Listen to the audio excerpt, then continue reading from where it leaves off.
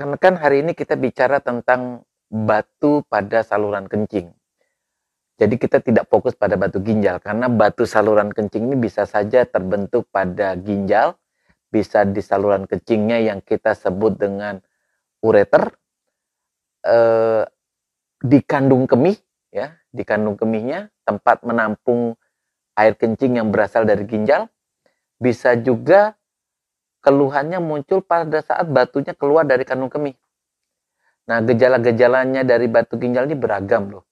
Pertama, kalau batunya terbentuk di ginjal, lalu timbul sumbatan sehingga air kencing yang dibentuk oleh ginjal tidak bisa keluar, itu menimbulkan rasa sakit yang mungkin luar biasa pada daerah pinggang kita. Sehingga kalau kita diperiksa atau ditekan pada daerah pinggang itu bisa menimbulkan rasa nyeri. Nah, batu yang terbentuk di daerah ginjal ini jika dia melewati saluran utamanya menuju ke kandung kemih, itu bisa menimbulkan rasa sakit yang luar biasa, pasiennya bisa menahan perutnya, bisa terguling-guling yang kita sebut dengan kolik abdomen. Kemudian batu bisa juga terbentuk di kandung kemih, ya. Batu di kandung kemih itu bisa berasal dari ginjal, bisa juga terbentuk di kandung kemih.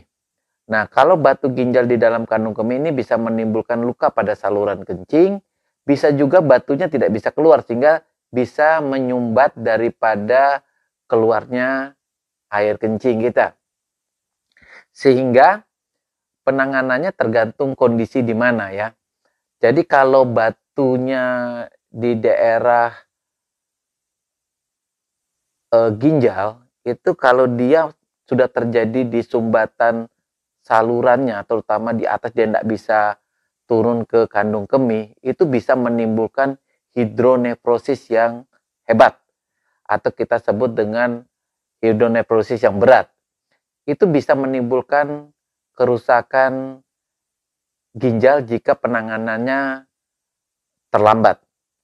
Dan jika batunya tersumbat di kandung kemih, yaitu di bawah perut kita itu ada semacam kayak bak penampung daripada kencing yang dihasilkan, itu bisa terjadi sumbatan, maka kedua ginjal kita itu bisa mengalami pembengkakan sehingga bisa mengalami kerusakan yang permanen sehingga pasiennya bisa menjalani cuci darah karena batu ginjal yang menyumbat.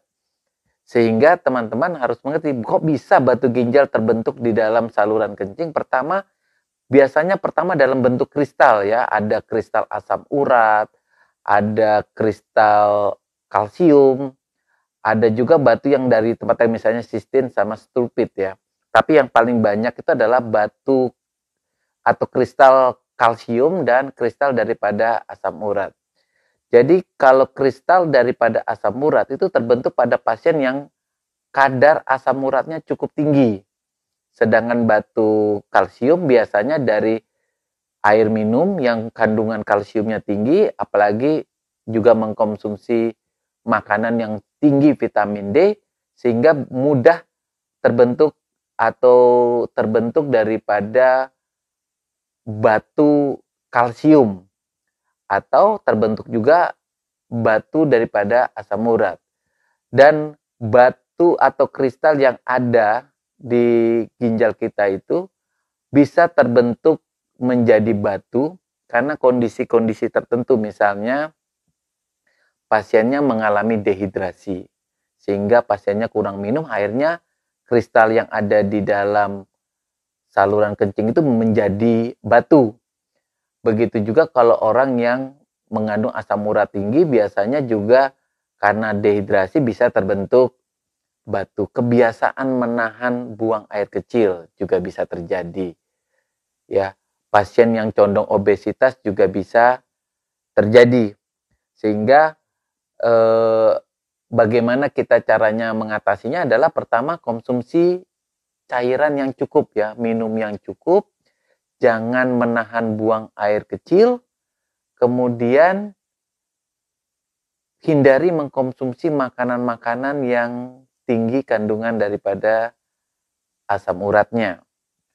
Sehingga teman-teman kalau kita mau mengetahui bahwa kita menderita batu ginjal atau tidak, pertama adalah melakukan pemeriksaan yang sederhana yaitu pemeriksaan USG atau ultrasonografi ya, atau pemeriksaan CT scan.